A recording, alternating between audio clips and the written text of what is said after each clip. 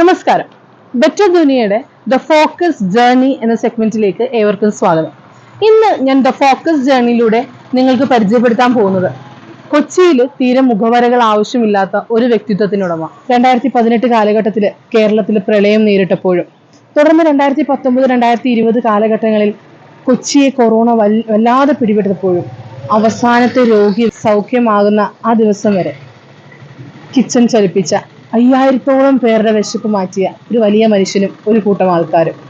കൊച്ചിയുടെ സ്വകാര്യ അഹങ്കാരമായിരിക്കുന്ന മഹാത്മാ കിച്ചന്റെ എല്ലാമായ ഷമീർ. കുറവ് മാത്രമാണ്, ബാക്കി എല്ലാം കൊണ്ട് വീട്ടുകാരെ ഹാപ്പിയാണ്.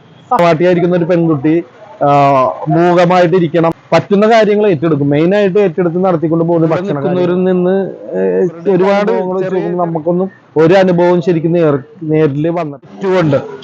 ഈ പറയുന്ന ആളുകളെ സെൽഫി സഹായി, ഫോട്ടോയിലൂടെ സഹായങ്ങൾ നടത്തുന്നത്, പബ്ലിഷ് ചെയ്യുന്നു, ബ്രാൻഡിങ് നടത്തുന്നു ഷമീർ വളവത്ത് എന്നൊക്കെ പറയും. സ്വർണത്തിന്റെ കാര്യത്തിൽ നമ്മൾ നിശ്ചയിട്ടല്ലേ നമ്മൾ ആളുകളുടെ നിന്ന് വാങ്ങിയത്. നമ്മളൊന്ന് തിരിച്ച് ഈ ഒരു അവസ്ഥയിൽ ഇരിക്കുമെന്ന് പ്രതീക്ഷിക്കാത്തൊരു ഭീതിയായിരുന്നു ആ സമയം. ഒരാളെ തിരിച്ചു കൊണ്ടുവരല് നമുക്ക് പോസിബിൾ അല്ല. അച്ഛനും അമ്മയും മരിച്ച ഒരു സാഹചര്യം, കുട്ടിയുടെ ആ മാനസികാവസ്ഥ, എന്നെ ആര് തെറ്റിദ്ധരിക്കുന്നു, എന്നെ ആര് കുറ്റം പറയുന്നു.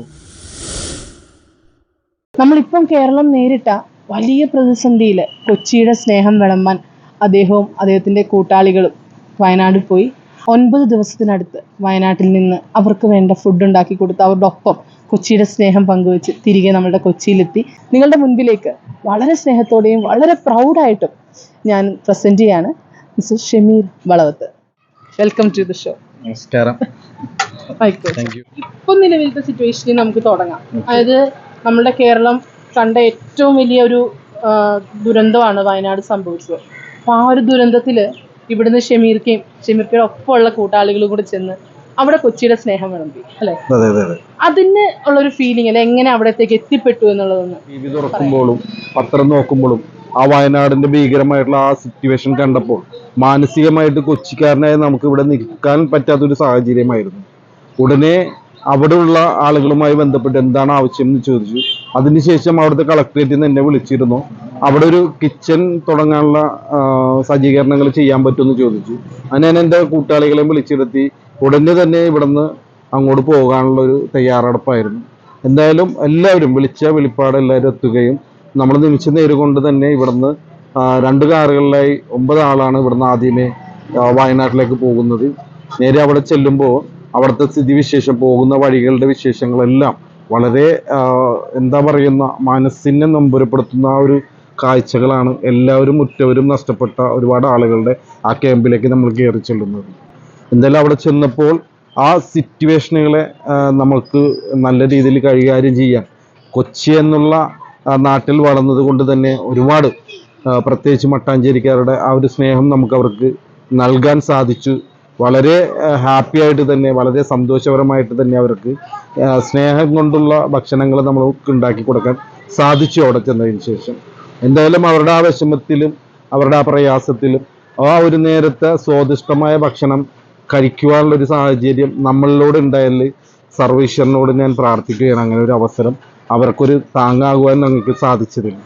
ഇപ്പൊ ഈ വയനാട് പോയ സമയത്ത് നമ്മൾ മറക്കാൻ പറ്റാത്ത ഏതെങ്കിലും മുഖങ്ങളോ അങ്ങനെ വല്ല ആൾക്കാരോ? പോയിരുന്നൊരു ക്യാമ്പിൽ ഒരു പെൺകുട്ടി ഉണ്ടായിരുന്നു. വിവാഹം കഴിഞ്ഞത് കൊണ്ട് ആ പെൺകുട്ടി രക്ഷപ്പെട്ടു. കാരണം ആ കുട്ടി വിവാഹം കഴിഞ്ഞ വീട്ടിലായിരുന്നു. പക്ഷെ ആ കുട്ടീൻ്റെ 36ഓളം ബന്ധുക്കൾ ഉൾപ്പെടെ ഫുൾ ഫാമിലി ഈ മണ്ണിടിച്ചലിൽ പെട്ടുപോയത്. ആ കുട്ടിയുടെ ആ മാനസികാവസ്ഥ, ആ ഒരു വല്ലാത്തൊരു നൊമ്പരം ആ ക്യാമ്പിൻ്റെ അകത്ത്. ബാക്കിയുള്ളവർക്ക് നഷ്ടപ്പെട്ടവരും ഉണ്ട്, എല്ലാവരും ഉണ്ട്. എല്ലാവരുടെയും നമ്പരും വലുത് തന്നെയാണ്, ഒരാൾ പോയാൽ പോലും. പക്ഷേ ഇത്രയേറെ പറയാനായിട്ട് അച്ഛനോ അമ്മയോ സഹോദരന്മാരോ മറ്റുള്ള കസിൻസോ എന്നില്ലാത്തൊരു സാഹചര്യത്തിലൊരു ഭാഗം കംപ്ലീറ്റ് അങ്ങോട്ട് പോയി നിൽക്കുന്ന ആ കുട്ടിയുടെ ഒരു മാനസികമായിട്ടുള്ള ആ ചിന്തകളും ആ ഇരിക്കുന്ന ആ ഫീല്, ആ കുട്ടി അവിടെ നിൽക്കുന്നത് അവരുടെ ആ ഫീല് ശരിക്കും നമ്മളുടെ എല്ലാം ഉള്ളിലൊരു വല്ലാത്തൊരു എന്താ പറയാ കണ്ണീർ കടൽ തന്നെയായിരുന്നു. ഒരുപാട് കുട്ടികളൊക്കെ ഉണ്ടായിരുന്നു ക്യാമ്പില്. തീർച്ചയായിട്ടും ഒരുപാട് കുട്ടികളുണ്ട്. ഇതിലിപ്പോ 8 വയസ്സുള്ള ഒരു കുട്ടിയുടെ അച്ഛനും അമ്മയും മരിച്ച ഒരു സാഹചര്യം. ആ കുട്ടിയെ ഇടയ്ക്ക് ഇരുന്ന് കരയുന്ന ആ ഒരു സന്ദർഭങ്ങളൊക്കെ അതൊക്കെ നമുക്ക് ഒരിക്കലും ജീവിതത്തിൽ നമ്മളുടെ എത്ര മറക്കാൻ ശ്രമിച്ചാലും ആ ഒരു മുഖം മാറിപ്പോകാത്ത രീതിയിലുള്ള ഒരു സിറ്റുവേഷൻ ആയിരുന്നു അത്. ഇതിൽ നമുക്ക് ദൈവത്തിൻ്റെ കാര്യങ്ങളാണല്ലോ, നമുക്ക് വേറൊന്നും മറികടന്നൊന്നും ജീവൻ പോയാൽ തിരിച്ചിടും, ബാക്കി വീട് തിരിച്ചു വരുത്താം, മറ്റുള്ള കാര്യങ്ങൾ നമുക്ക് തിരിച്ചു വരാം, എന്തിനെ നമുക്ക് നേടിയെടുക്കാൻ പറ്റും. പക്ഷെ മരണപ്പെട്ട ഒരാളെ തിരിച്ചു കൊണ്ടുവരൽ നമുക്ക് പോസിബിൾ അല്ല. അതുകൊണ്ട് ആ കാര്യത്തിൽ നമ്മൾ അത് ഉൾക്കൊള്ളാൻ തയ്യാറെടുക്കുക. ആ കുട്ടികളുടെ മനസ്സ് അതിൽ നിന്ന് വിട്ട് കിട്ടാൻ വേണ്ടി പ്രാർത്ഥിക്കുക. അതിനെ പറ്റിയിട്ട് ഒരുപാട് കാര്യങ്ങൾ നമ്മൾ ടി-വിയിലൂടെയും മറ്റു വാർത്താ മാധ്യമങ്ങളിലൂടെയും അറിഞ്ഞു. എന്നാൽ നേരിട്ട് അവിടെ പോയി അവരുടെ കണ്ണുനീര് കാണുകയും അവരുടെ ഒപ്പം നിൽക്കുകയും ചെയ്ത ഒരുപാട് പേരാണ്. അതായത് ഒരു 12ഓളം പേര് 9 ദിവസത്തോളം അവർക്ക് വേണ്ട ആഹാരങ്ങൾ കൊടുത്ത്, ആഹാരം മാത്രമല്ല അവർ ആ ക്യാമ്പിനെ മുഴുവൻ കയ്യിലെടുത്ത് അവരുടെ ആ ഒരു ദുഃഖഘട്ടത്തെ മറികടക്കാൻ വേണ്ടിയിട്ട് ആഹാരത്തിലൂടെയും അവരുടെ വാക്കുകളിലൂടെയും അതുപോലെ കുഞ്ഞു കുഞ്ഞു ആക്ടിവിറ്റീസിലൂടെയും ഒക്കെ അവർ കഴിഞ്ഞു. വലിയ കാര്യമാണ്. കൊച്ചിയിലെ സ്നേഹം ഒരു വയനാട് വരെ എത്തിച്ചു. ഒരുപാട് അഭിമാനം. നമുക്ക് മഹാത്മാ കിച്ചണിലേക്ക് തിരിച്ചു വരാം. മഹാത്മാ കിച്ചന്റെ സ്റ്റാർട്ടിങ് എങ്ങനെയാണ്? മഹാത്മാ കിച്ചന്റെ സ്റ്റാർട്ടിങ് എന്ന് വെച്ചാൽ ആദ്യം മഹാത്മാ കിച്ചനായിട്ടില്ല, അതിനു മുമ്പ് ഒരു സാമൂഹ്യ രംഗങ്ങളിലുള്ള ഒരു സംഘടനയായിട്ടാണ് മഹാത്മാ സാംസ്കാരിക വേദിയായിട്ടാണ് തുടക്കം കുറിക്കുന്നത്. 2002-ലാണത്.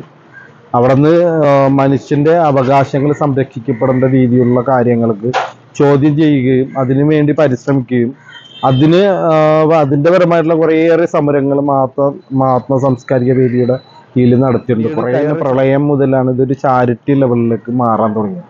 പ്രളയത്തിൽ ആക്റ്റീവായിട്ട് പോയത് 100ഓളം ചെറുപ്പക്കാരെ റെസ്ക്യൂ ടീമായിട്ട് വെള്ളത്തിൽ പെട്ട് കിടക്കുന്നവരെ രക്ഷപ്പെടുത്തുവാനായിട്ട് നമ്മൾ ഇവിടുന്ന് കൊണ്ടുപോവുകയുണ്ടായിരുന്നു. അങ്ങനെ ഒരുപാട് 3 ദിവസത്തോളം നമ്മൾ ആ ഒരു പെരുമ്പാവൂർ, പറവൂര് ഭാഗങ്ങളിൽ പോയിട്ടാണ് റെസ്ക്യൂ ചെയ്തതിന് ശേഷം ഇങ്ങോട്ടുള്ള യാത്രയിൽ 2ാമത്തെ പ്രളയമുണ്ട്. ആ സമയത്ത് ഞങ്ങൾ വയനാട് ഉണ്ടായിരുന്നു. കുറേയേറെ സാധനങ്ങൾ, വീട് നഷ്ടപ്പെട്ടവർക്ക് വീട്ടു സാധനങ്ങളൊക്കെ എത്തിച്ചു കൊടുക്കുന്ന സാഹചര്യങ്ങൾ ഉണ്ടായിരുന്നു. പിന്നീട് വന്ന കൊറോണയാണ് ശരിക്കും മഹാത്മാ കിച്ചനായിട്ട് മാറിയത്. കൊറോണയിൽ നമ്മൾ കുറേയേറെ ആളുകൾക്ക് ഫുഡ് വെക്കാനും പുറത്തിറങ്ങാനും വഴിയില്ലാത്ത, വരുമാന മാർഗമില്ലാത്ത ആ ഒരു സാഹചര്യത്തിൽ കുറച്ചാളുകളുടെ വിശപ്പ് മാറ്റുവാൻ വേണ്ടിയാണ് നിങ്ങൾ ഇറങ്ങിയത്. പക്ഷേ നമ്മളൊന്ന് തിരിച്ച് ഈ ഒരു അവസ്ഥയിൽ ഇരിക്കുമെന്ന് പ്രതീക്ഷിക്കാത്തൊരു ഭീതിയായിരുന്നു ആ സമയം. ഞാൻ മരിക്കാനും തയ്യാറാണെന്നുള്ള രീതിയിൽ ഒരുപാട് ചെറുപ്പക്കാർ നമ്മളൊപ്പം കൂടുകയും ഈ കൊറോണനെ മറികടന്നുകൊണ്ട് കൊറോണ ബാധിതരായ ആളുകളുടെ വീടുകളിലേക്ക് ഭക്ഷണം എത്തിക്കുവാനും മുന്നിലേക്ക് വന്ന കുറേയേറെ ചെറുപ്പം, അവരെയൊന്നും ഒരിക്കലും മറക്കാൻ കഴിയില്ല. ആ സാഹചര്യം അത്രയും ഭീതിയായിരുന്നു. എല്ലാവർക്കും നമ്മളെല്ലാവരും അനുഭവിച്ചൊരു ഭീതിയാണ്, പുറത്തിറങ്ങാൻ പാടില്ലാത്ത സമയത്ത് നമ്മൾ എല്ലാ വീടുകളിലും അവരുടെ ഇഷ്ടമനുസരിച്ചുള്ള ഫുഡുകൾ എത്തിച്ചു കൊടുക്കാൻ നമ്മളെല്ലാവരും ശ്രമിച്ചു. 5000-ഓളം ആളുകളിലേക്ക് നമുക്ക് ഫുഡ് എത്തിക്കാൻ ആ സമയത്ത് സാധിച്ചു. അത് ദൈവത്തിനോട് സ്തുതി പറയുന്നേ പറ്റുള്ളൂ. കാരണം നമ്മളെ കൊണ്ട് അത്രയും എത്തുമെന്നോ അല്ലെങ്കിൽ ഇങ്ങനത്തെ ഒരു സംഭവം ഉണ്ടാവുമെന്ന് നമ്മൾ വിചാരിച്ചില്ല. പക്ഷേ ചെറുതായിട്ട് ഒരാളുടെ പട്ടിണി മാറ്റണമെന്ന് തുടങ്ങി ഇറങ്ങിയത് 5000-ഓളം ആളുകളുടെ പട്ടിണി നിരന്തരം 6 മാസത്തോളം നമുക്ക് കിച്ചൺ നടത്തേണ്ടതായിട്ടും വന്നു. അതിന് ഒരുപാട് സുമനസ്സുകൾ, വീട്ടിൽ നിന്ന് പുറത്തിറങ്ങാൻ കഴിയാത്തവർ നമ്മളുടെ പ്രവർത്തനങ്ങൾ കണ്ടുകൊണ്ട് നമ്മളെ സപ്പോർട്ട് ചെയ്ത്, അതിൽ പൈസ ആയിട്ടല്ല നമ്മൾ ആളുകളുടെ നിന്ന് വാങ്ങിയത്, നമ്മൾ അവരോടൊക്കെ ആവശ്യപ്പെട്ടിരുന്ന ഫുഡ് ഉണ്ടാക്കുന്ന മെറ്റീരിയൽ തരാനാണ്. അതുകൊണ്ട് തന്നെ അവർ പല രീതിയിലുള്ള മെറ്റീരിയൽ തരുന്നതനുസരിച്ച് ചിലവർ ബിരിയാണി റൈസ് തരും, ചിലവർ ചെമ്മീൻ കൊണ്ടുവന്ന് തന്നിട്ടുണ്ട്. ഒരു പെരുന്നാൾ സമയത്ത് 16 ആടിനെ അറുത്തത് നമ്മൾ കൊണ്ടുവന്നു. അങ്ങനെ അതെല്ലാം വെച്ചിട്ട് നമ്മൾ മട്ടൻ ബിരിയാണി ആയിട്ടും ചിക്കൻ ബിരിയാണി ആയിട്ടും ചെമ്മീൻ ബിരിയാണി, ഫിഷ് ബിരിയാണി, അങ്ങനെ വെറൈറ്റി കുറേയേറെ ഫിഷുകൾ ഹാർബർ ടീമുകളൊക്കെ നമുക്ക് തന്നിരുന്നു. അപ്പോൾ അവരുടെ എന്തൊക്കെ ഐറ്റംസ് കിട്ടുന്നോ അതനുസരിച്ച് നമ്മൾ നല്ല രീതിയിൽ ആ ഫുഡുകൾ റെഡിയാക്കി 3 നേരവും ഈ വീടുകളിൽ എത്തിച്ചു കൊടുത്ത് അവർക്ക് ആശ്വാസവും എത്രയും പെട്ടെന്ന് നമ്മളെല്ലാം ക്ലിയർ ആകും, ഒന്നും പേടിക്കേണ്ട എന്നുള്ള രീതിയിലേക്ക് നമുക്ക് അവർക്കൊരു മോട്ടിവേഷൻ കൊടുക്കാൻ നമുക്ക് ആ സമയങ്ങളിൽ ഒരുപാട് സാധിച്ചിട്ടുണ്ട്. കിച്ചൺ ആ ഒരു ഫുഡ് കൊറോണ സമയത്ത് കൊടുത്തത് കൊണ്ട് മാത്രം, അല്ലെങ്കിൽ ആ ഫുഡിന്റെ ടൈം കഴിഞ്ഞു, കൊറോണ ടൈം കഴിഞ്ഞിട്ട് അവരുടെ പ്രവർത്തനങ്ങളൊന്നും തന്നെ മഹാത്മാ കിച്ചൺ നിർത്തിയിട്ടില്ല. അവർ വീണ്ടും കണ്ടിന്യൂ ചെയ്തുകൊണ്ടിരുന്നു. 240ഓളം പെൺകുട്ടികളുടെ വിവാഹത്തിന് അവര് ഫ്രീ ആയിട്ട് ഭക്ഷണം വിളമ്പി. അതിനെ പറ്റിയിട്ട് നമ്മൾ ഈ കൊറോണ സമയങ്ങളിൽ തന്നെ അതിന് ഒരു ഇടവേളയുണ്ടായിരുന്നു. കൊറോണ മാറി ആളുകൾ പുറത്ത് കുറച്ച് പേര് ഇറങ്ങുന്ന ഒരു സമയത്തിന് കുറേയേറെ ആളുകൾ വീട്ടിലിരുന്ന് പണിക്ക് പോകാതെയും അന്ന് മുൻകാലങ്ങളിൽ കല്യാണം നിശ്ചയിച്ചു വെച്ച ഒരുപാട് കാര്യങ്ങളുണ്ട്. അവർക്ക് കല്യാണം എങ്ങനെ നടത്തണം എന്ന് പറ്റാത്തൊരു സാഹചര്യത്തിലാണ് നമ്മളോട് വന്ന് പറഞ്ഞു. നമ്മളത് ഏറ്റെടുത്തുകൊണ്ട് ആ കല്യാണത്തിന് വേണ്ട ഫുഡുകൾ സൗജന്യമായി വെച്ച് കൊടുക്കാമെന്ന് നമ്മൾ കേൾക്കുകയും അത് നമ്മൾ ചെയ്തു കൊടുക്കുകയും ചെയ്തു.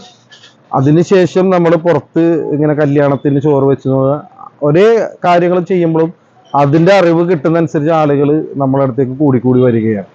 പിന്നെ നമ്മൾ പോലും ശരിക്കും അറിയുന്നില്ല എത്രയേറെ കല്യാണങ്ങൾ നമ്മൾ തന്നെ നടത്തിയെന്നു. കാരണം മറ്റേ ഫുഡ് കിച്ചൺ തുടങ്ങിയതുപോലെ തന്നെ 16 തുടങ്ങി 5000 എത്തിയതുപോലെ തന്നെ ഒരുപാട് കല്യാണങ്ങൾ നമ്മളിലേക്ക് വരികയും നമ്മളത് അവരുടെ കണ്ണീരും ആ വീട്ടുജോലി ചെയ്യുന്ന ഒരുപാട് മാതാക്കന്മാരുണ്ടായിരുന്നു. അച്ഛൻ നഷ്ടപ്പെട്ടു പോയ അവരുടെ ആ ഒരു കരച്ചില് ഇതെല്ലാം ഇപ്പോഴും നമ്മുടെ മനസ്സിലിരിക്കുന്നു. പക്ഷെ നമ്മൾ ഇതുവരെ ഒരാളെ പോലും ആ ഒരു കുടുംബത്തിനെ പോലും പുറത്ത് കാണിച്ചിട്ടില്ല. ഇന്ന കുടുംബത്തിന് നമ്മൾ കല്യാണത്തിന് ഫുഡ് വെച്ച് കൊടുക്കണം എന്നുള്ളത് കാണിച്ചിട്ടില്ല. നമ്മൾ എല്ലാവരും ഒരാളും അറിയാത്ത രീതിയിൽ തന്നെ അവരുടെ അവരെ ഏത് മണ്ഡപത്തിലാണോ കല്യാണം നടത്തുന്നത് അതിൻ്റെ കിച്ചണിൽ പോയിരുന്നു കൊണ്ട് എല്ലാം സെറ്റ് ചെയ്ത് 8 മണിയാകുമ്പോഴത്തേക്ക് നമ്മൾ അവിടെ നിന്ന് എല്ലാവരും തിരിച്ചു പോരും. ഷമീർക്കയോടൊപ്പം ഇതിനു വേണ്ടി കൂടെ നിൽക്കുന്ന ഒരുപാട് പേരുണ്ട്. ഒരുപാട് നല്ല മനസ്സിന്. കാരണം അവരുടെ സമയവും അവരുടെ എനർജിയുമാണ് മറ്റുള്ളവർക്ക് വേണ്ടി മാറ്റി വെക്കുന്നത്. അപ്പൊ അവരെ ഈ ഒരു സമയത്ത് നമുക്ക് മറക്കാൻ കഴിയില്ല. ഷമീർക്ക വിളിച്ചാൽ ആ ഒരു വാക്കിന് ഒപ്പം നിന്നുകൊണ്ട് അവരുടെ മനസ്സ്, അവരുടെ ശരീരവും അവരുടെ ആ ഒരു ടൈം എല്ലാം കൊടുക്കുന്ന ആൾക്കാർ, അവരോട് ഒരുപാട് നന്ദിയുണ്ട് കേട്ടോ. നിങ്ങളുടെ പ്രവർത്തനങ്ങൾ കാണുന്ന ഒരു വ്യക്തി എന്ന നിലയ്ക്ക് എനിക്ക് ഒരുപാട് സന്തോഷമുണ്ട്. പിന്നെ നമ്മളിപ്പം കല്യാണത്തിന് ഫുഡ് മാത്രമല്ല, അവർക്ക് വേണ്ട വസ്ത്രങ്ങളാണെങ്കിലും ഓർണമെന്റ്സും ഒക്കെ അറേഞ്ച് ചെയ്ത് കൊടുക്കുന്നുണ്ട് മഹാത്മാ കിച്ചന്റെ. സ്വർണത്തിന്റെ കാര്യത്തിൽ നമ്മൾ നിൽക്കാറില്ല. കാരണം നമ്മൾ സ്വർണം എന്ന് പറയുമ്പോൾ ആളുകൾ വേറൊരു രീതിയിൽ ചിത്രീകരിക്കുന്ന ഒരു സാഹചര്യമുണ്ട്. കാരണം സ്ത്രീധനത്തിന് സപ്പോർട്ട് ചെയ്യുകയാണോ എന്നുള്ളത്. അതുകൊണ്ട് നമ്മൾ ആ ഭാഗം ഒഴികെ ചിലപ്പോൾ ചില ആളുകൾക്ക് വീട്ടിൽ ഫർണിച്ചറുകൾ ഉണ്ടാവില്ല, ആ കല്യാണത്തിന് ആവശ്യമായിട്ടുള്ള കാര്യങ്ങൾ മാത്രം. അല്ലെങ്കിൽ അവർക്ക് വസ്ത്രങ്ങൾ കിട്ടിയിട്ടുണ്ടാവില്ല, അതിനുവേണ്ടി ഓട്ടത്തിലായിരിക്കും. അപ്പോൾ ആ വസ്ത്രങ്ങൾ നമ്മൾ റെഡിയാക്കി കൊടുക്കും. പിന്നെ അവർക്ക് വേണ്ടി വരുന്ന ചെറിയ ചെരുപ്പുകൾ, അങ്ങനെയുള്ള കുറേയേറെ കാര്യങ്ങളൊക്കെ സപ്പോർട്ട് ചെയ്ത് നമ്മൾ കൊടുക്കുന്നുണ്ട്. ഇങ്ങനെയുള്ള പ്രവർത്തനങ്ങൾ ഷമീർക്ക് ചെയ്യുമ്പോൾ അല്ലെങ്കിൽ ഇവരുടെ ആ ഒരു സമൂഹം ചെയ്യുന്ന സമയത്ത് ഒരു തവണ പോലും ഈ ഒരു സഹായം കൈപ്പിച്ച ആൾക്കാരുടെ ഫോട്ടോയോ ഡീറ്റെയിൽസോ ഇവർ പുറത്തേക്ക് വിട്ടിട്ടില്ല. അതുകൊണ്ട് തന്നെ പലപ്പോഴും ഷമീർക്ക് നേരിടേണ്ടി വരുന്ന കുറേ അപവാദങ്ങളുണ്ട് കേട്ടോ. അതായത് സെൽഫി സഹായി, ഫോട്ടോയിലൂടെ സഹായങ്ങൾ നടത്തുന്നത് പബ്ലിഷ് ചെയ്യുന്നു, ബ്രാൻഡിങ് നടത്തുന്നു ഷമീർ വളവത്ത് എന്നൊക്കെ പറയുമ്പോൾ ഇങ്ങനെയുള്ള അപവാദങ്ങൾ അല്ലെങ്കിൽ ഇങ്ങനെയുള്ള ഓരോരുത്തരുടെ ഒരു സ്വഭാവങ്ങളാണല്ലോ അത്. അതിനോട് എങ്ങനെയാണ് കാര്യം തെറ്റു പറയാൻ പാടില്ല. കാരണം ഇന്നത്തെ ഈ സാഹചര്യത്തിൽ ഒരുപാട് ആളുകൾ അങ്ങനെ ചെയ്യണ്ടാവും. ചിലപ്പോൾ കാണുന്നവർക്ക് അങ്ങനെ ഒരു തെറ്റിദ്ധാരണകൾ ഉണ്ടാവും. പക്ഷെ എൻ്റെ ലക്ഷ്യം എന്നെ ആര് തെറ്റിദ്ധരിക്കുന്നു, എന്നെ ആര് കുറ്റം പറയുന്നു, അല്ലെങ്കിൽ അവരെന്നെ കുറ്റം പറഞ്ഞാൽ എനിക്ക് അതിനോടുള്ള സങ്കടമോ അതൊന്നും എനിക്കില്ല. എൻ്റെ ലക്ഷ്യം എന്ന് പറഞ്ഞാൽ ഞാൻ ഉദ്ദേശിക്കുന്ന എന്നെ ആശ്രയിച്ച് വരുന്ന ആളുകൾക്ക് അവർ ആഗ്രഹിക്കുന്ന കാര്യങ്ങൾ നടത്തി കൊടുക്കുക എന്നുള്ളതാണ്.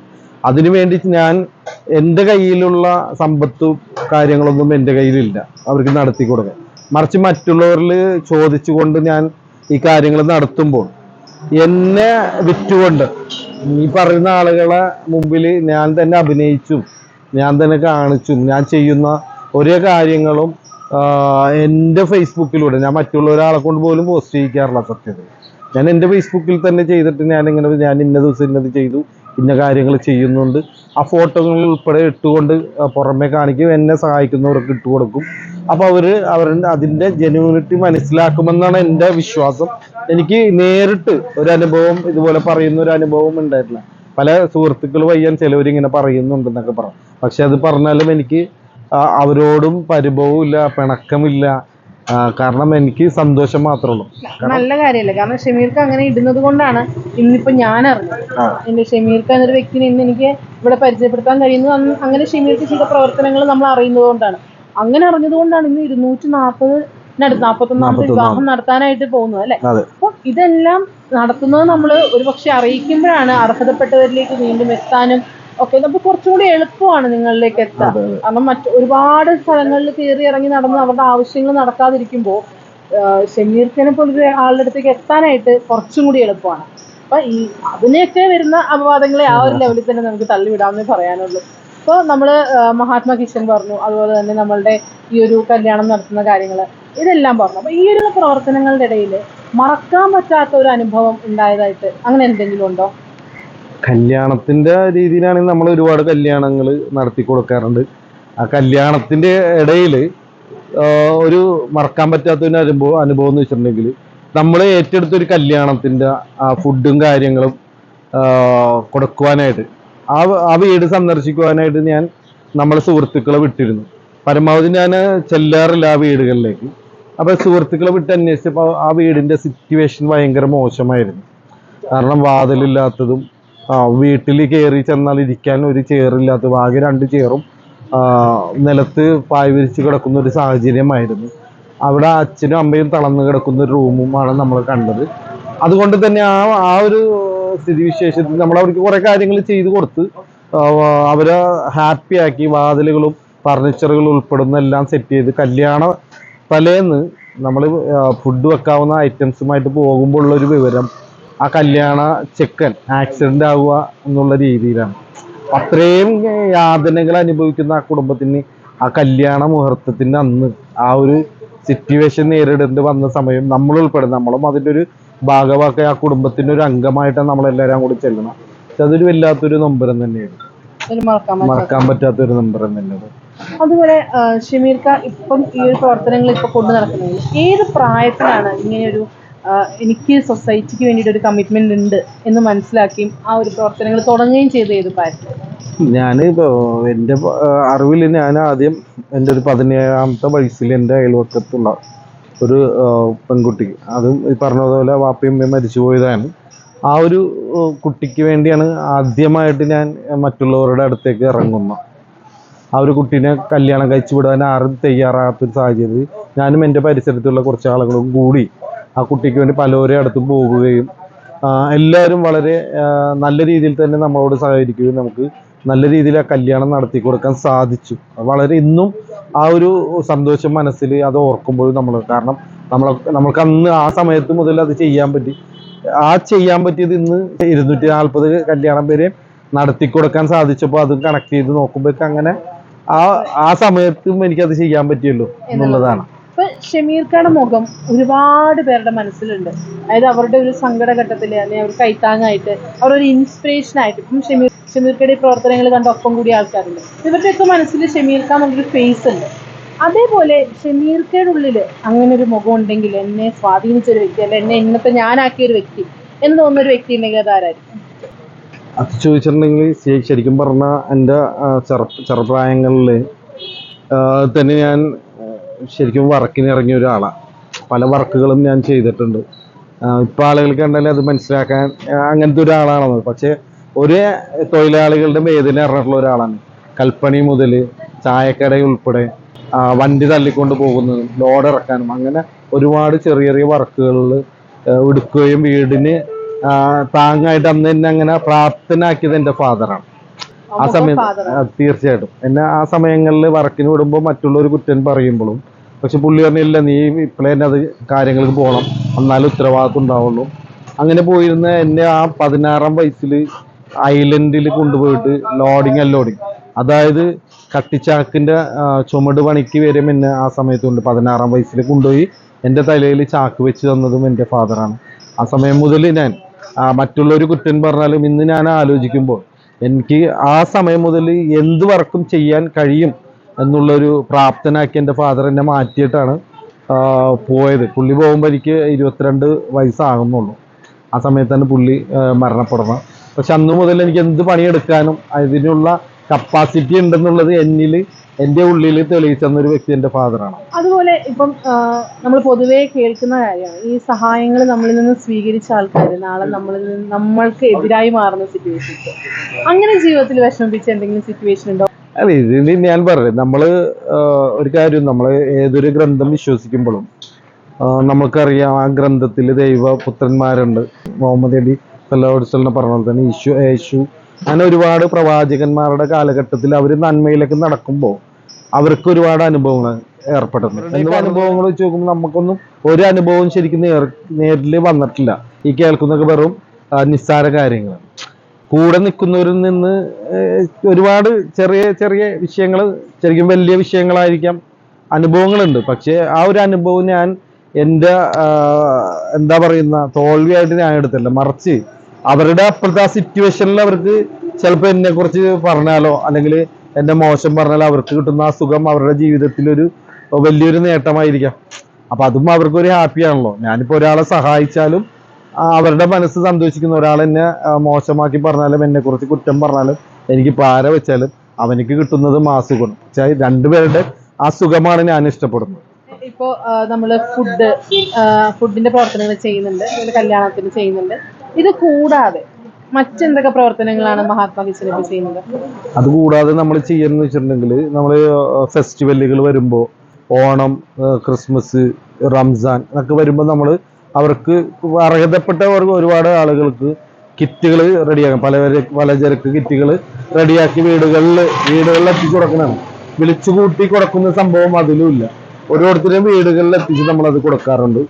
അതുപോലെ തന്നെ സ്കൂളുകളിൽ തുറക്കുന്ന സമയങ്ങളിൽ വിദ്യാർത്ഥികൾക്ക് നമ്മളിപ്പോൾ ഈ പാഠപുസ്തകങ്ങളും അതുപോലെ തന്നെ ബാഗൊക്കെ കൊടുക്കണം. അതൊരു പ്രസന്റേഷൻ ആയിട്ടാണ് കൊടുക്കണം.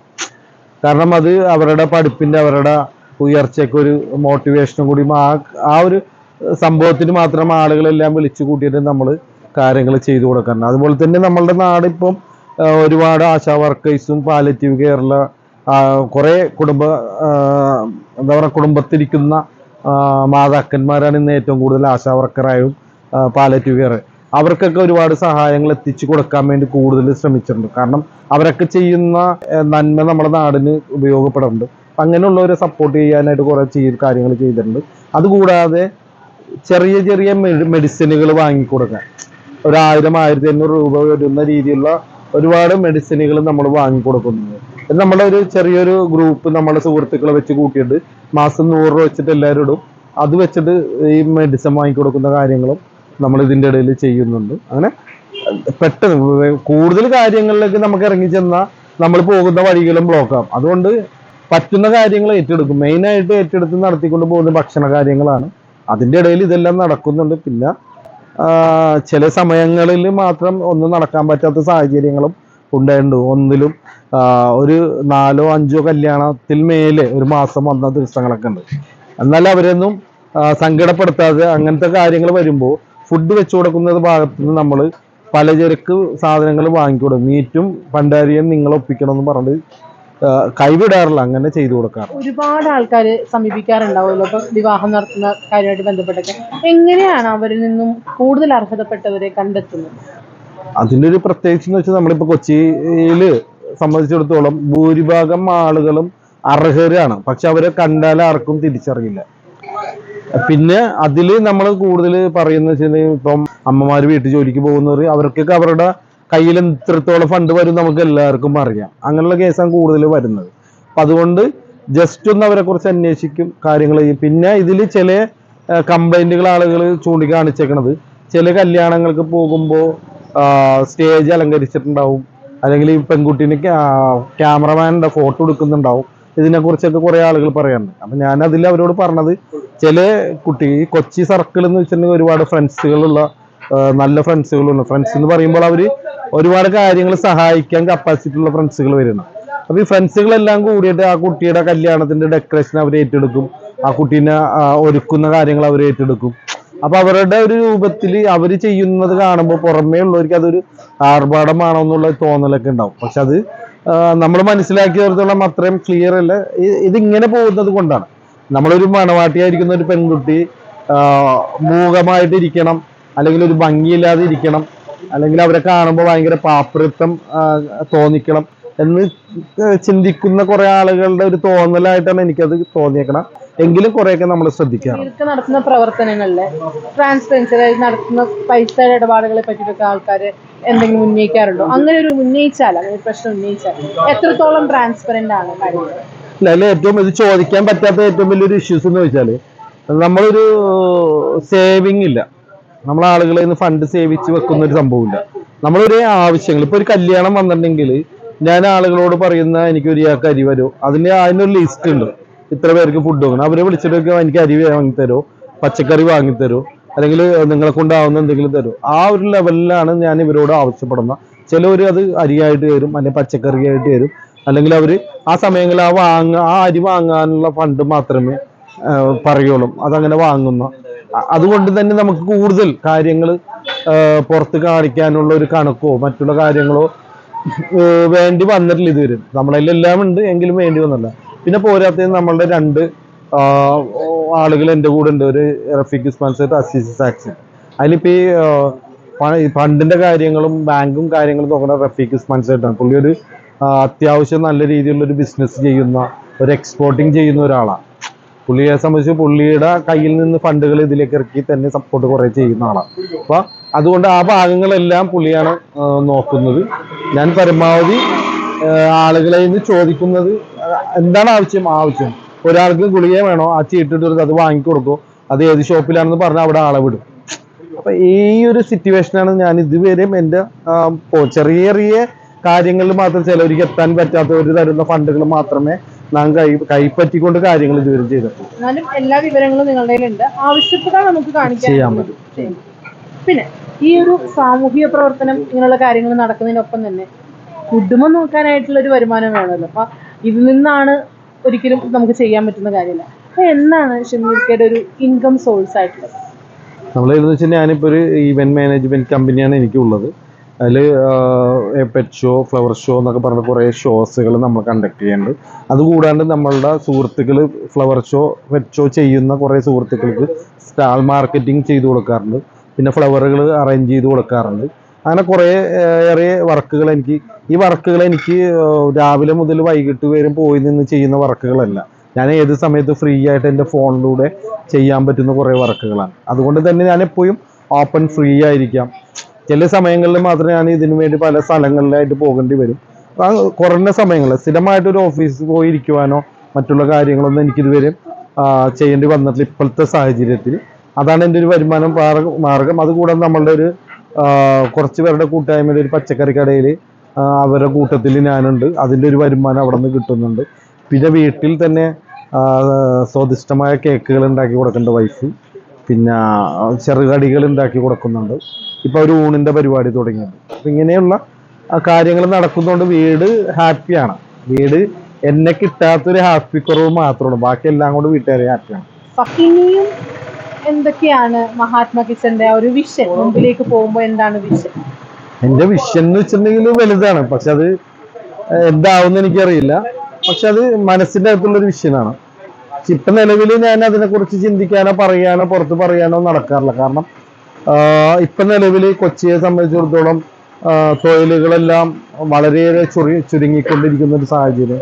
ഒരുപാട് ആളുകൾ ബുദ്ധിമുട്ട്. ഇപ്പം ഈ നടത്തുന്ന കല്യാണങ്ങൾ തന്നെ ഒരുപാട് കയറി വരുന്നുണ്ട്.